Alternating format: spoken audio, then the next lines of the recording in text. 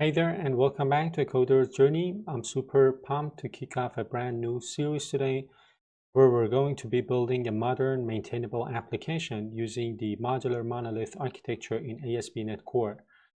First off, I would like to tell you that I've got another series on modular monolith here at the channel at Coder's Journey, but this playlist is going to be a deep dive one. So basically, if you're confident enough about API development in ASP.NET Core, if you know data access, if you know EF Core, if you're familiar with CQRS and Mediator, if you know validation using Fluent Validation, and you want to see how things tie in together using a modular monolith architecture, this course is for you. If you think you kind of need to first understand modular monolith itself without all the related details, I'd suggest taking a look at the other playlists that I have here at a Coder's Journey. I'm going to put the link in the description. Again, as I told you, this is a deep dive course.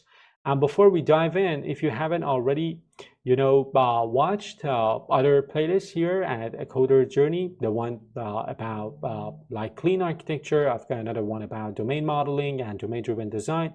Make sure you check out those playlists as well. They will kind of give you some context about what we are going to do in this playlist. I've got another series as well about vertical slice architecture in ASP.NET Core Web APIs. I highly recommend that one as well. And I guess that all of those courses will kind of help you get your head around the big picture of modular monolith, the architectural pattern that we're about to tackle in this course. I'm going to put those links in the description. Just take a look at the description and you will find all of the links that will help you better understand what we are going to discuss in this series. And speaking of the description, remember that the link to the complete solution files is going to be always in the description. The solution files, I mean, for the whole series, not only for this episode, but only for the all other episode. For the future episodes, I'm going to separate things out by branches in our Git repository, and then when you get the code, you will be able to check out the different branches to explore the code base as we progress throughout the series. That of course will help you to easily follow along and explore the code at your own pace. So let's get started by talking about this deep dive series and the things that we are about to discover.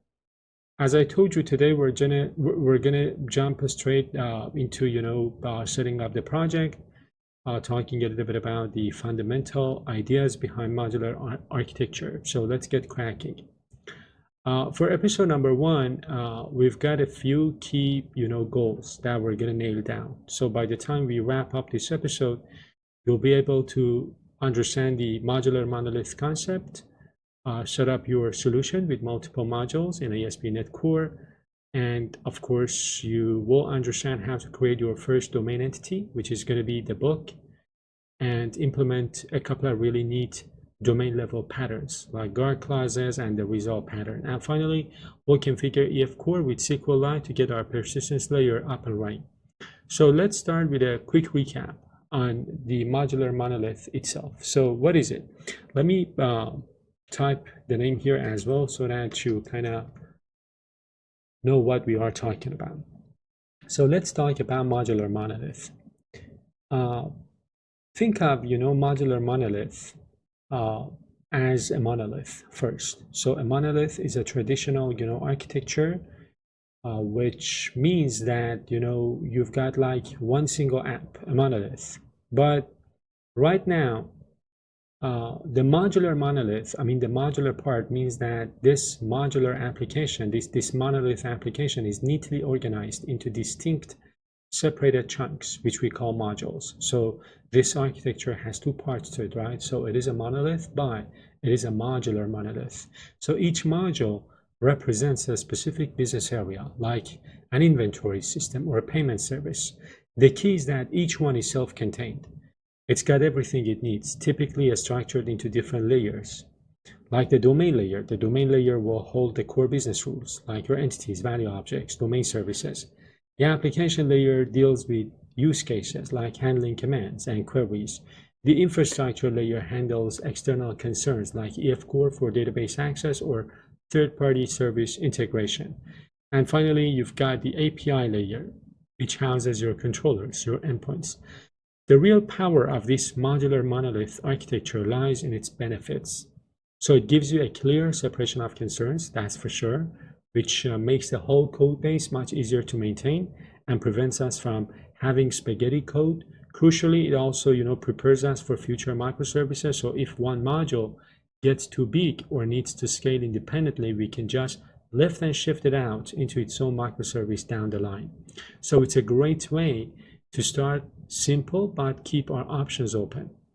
For our project domain, we're going to be building an online bookstore. So we'll start with the main business area, the books module, and later we'll flesh it out with modules like orders and customers. So take a look at the solution file. So as you can see, I've got different folders for different modules and want to have one API here. So let me zoom in so that you better understand the structure. So this is the structure that I have, right? So I have already set up the solution and the initial projects.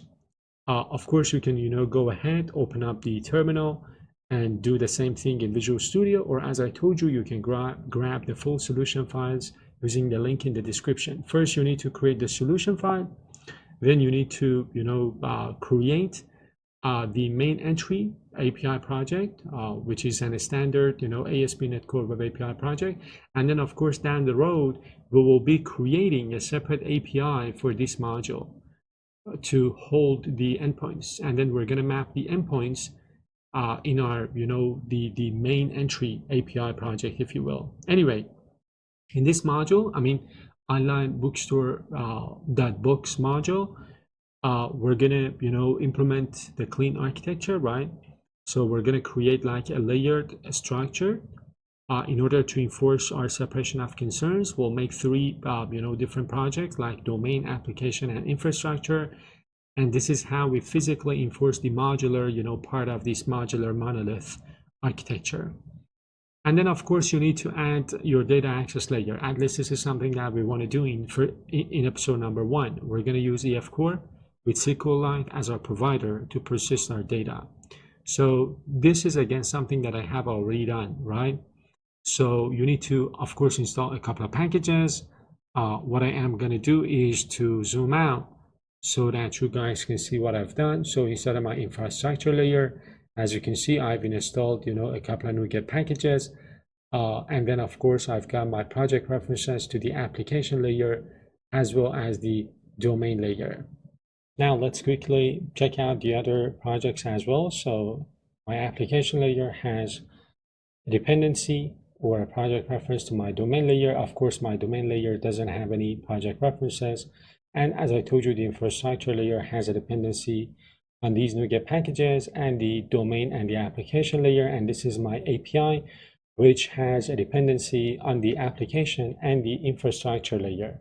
So this is the initial setup of my solution. Now we need to create the book context class, the DB context. So basically, I am going to create a folder inside of my infrastructure layer. I am going to call it persistence. So persistence. And then I am going to add my DB context code file for now. So again, I'm assuming you already know what EF Core is all about. But if you are not familiar, again, the good news is that I have talked about almost all of these concepts in dedicated playlists on the channel. We haven't created the book entity yet, but we're going to do that. But the DB context is pretty standard. As you can see, we are exposing a DB set of book. And in the onModel creating, we're just making sure that our book entity is configured correctly. The key here is that the DB context lives inside the module. So keeping the module self-contained, as I told you. Notice that we are referencing the book entity from the module's domain layer. The book entity hasn't been, defined yet. Again, this is how the layers inside the module talk to each other. So with this out of the way now, of course, I need to import the namespaces from, EF core. I'm going to rename the code file, and then, we're done with this. And of course, we also need to tell our application how to use this DB context, right? So this setup happens in the API projects, the main the program.cs file inside of the API project. And that's where application services are configured. As I told you, in future episodes, I'm going to create a dedicated API project for this module. But for now, we have this, API project, the only main entry of the application. And again, it has, as I told you, a project reference on the infrastructure and the application layer. And here I can go ahead and add my, service registration for the DB context that we just created. As you can see, we're using the add DB context to register this DB context. We're opting for SQLite and specifying the file name, which is books.db. This is the only and this is the one and only place where the API project needs to know about the module's infrastructure setup. The API itself acts as the composition root, trying everything together. Now for the real heart of the app, right? So creating our domain entity. We're going to have one entity for now, book, and this class of course goes into the domain layer because it's part of the core business concept. Let me just add the namespace for the book DB context, and of course we're using SQLite as our provider. So what I am going to do now inside of my domain, I can go ahead and add an entities folder, and then here I am going to add code file quickly. If you want to know more about clean architecture, domain-driven design, domain modeling, go ahead and take a look at the other playlist that I have on this topic. I'm going to put the link to that playlist in the description of this episode and future episodes as well. So as you can see here, we've got some properties. And if you take a look at the properties, you will notice that they all have private, setters. So this is a, design choice. Reinforced encapsulation, meaning that you can't just change a property from anywhere. You have to use a method on the entity, like update price, which will contain the business logic. This is fundamental to domain-driven design. The next thing is that we have a private parameterless, constructor for EF core to use when materializing entities from the database. Then the main constructor is going to handle the creation, and here's what things get interesting. We're going to use some guard clauses, and this again is one of the patterns that I'm a big fan of. So we're going to talk about guard clauses. We're going to create these guard clauses. This ties into our next step, and it's a clean way to kind of handle input validation.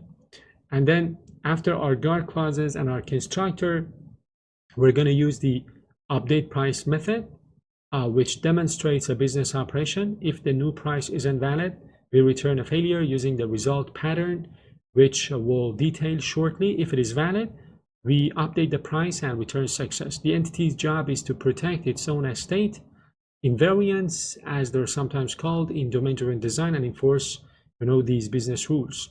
And if you want to know more about the result pattern, I've already covered the result pattern inside another playlist that I have on the channel. So both the result pattern and guard clauses.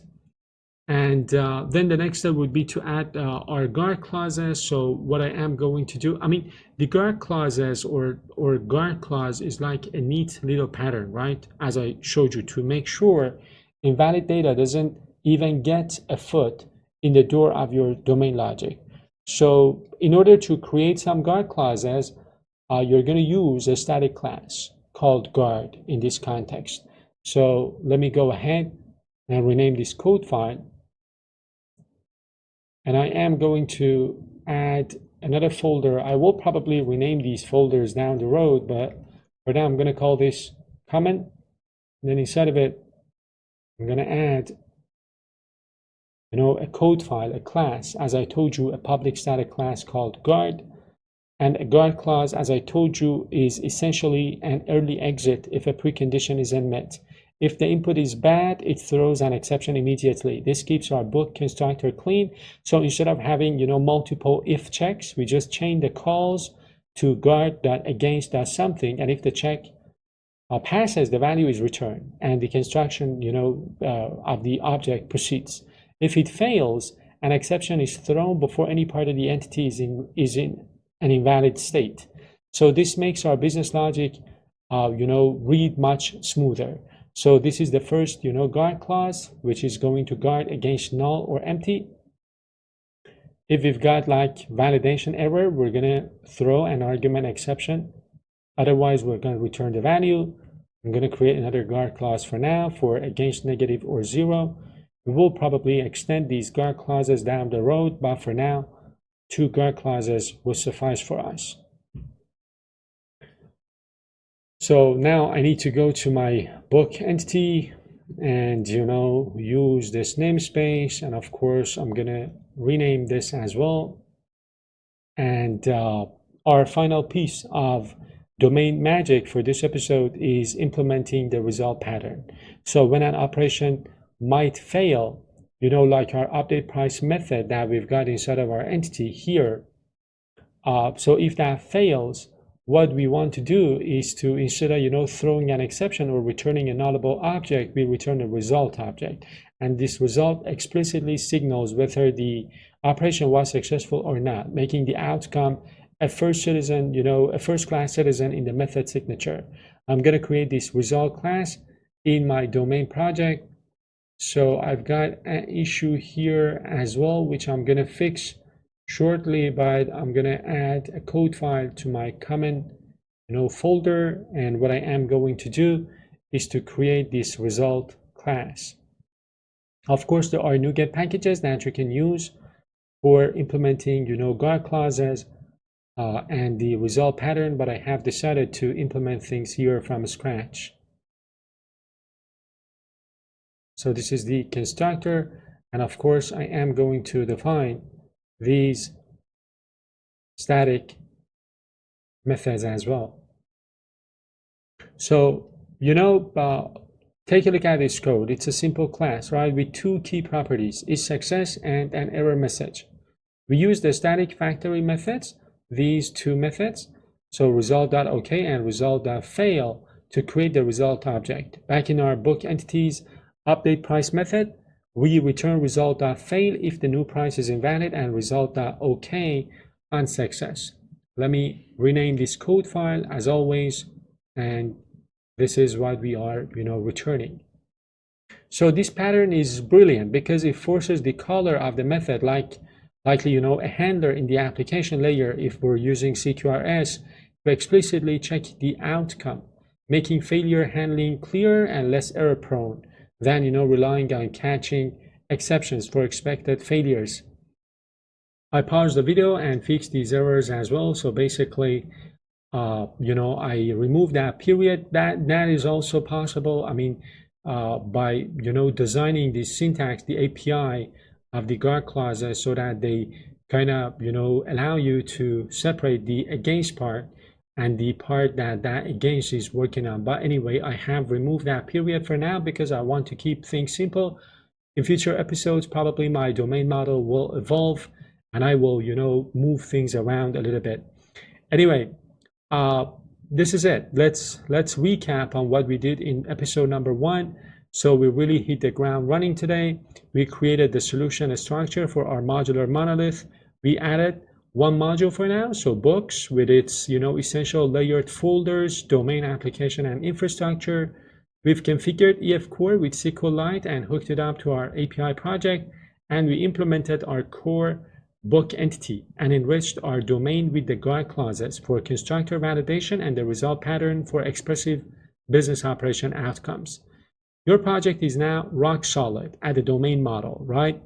And we will set up to move forward. So in the next episode, we're going to dive into the application layer, implementing the CQRS, command query responsibility segregation, adding more application services to actually use our new book entity.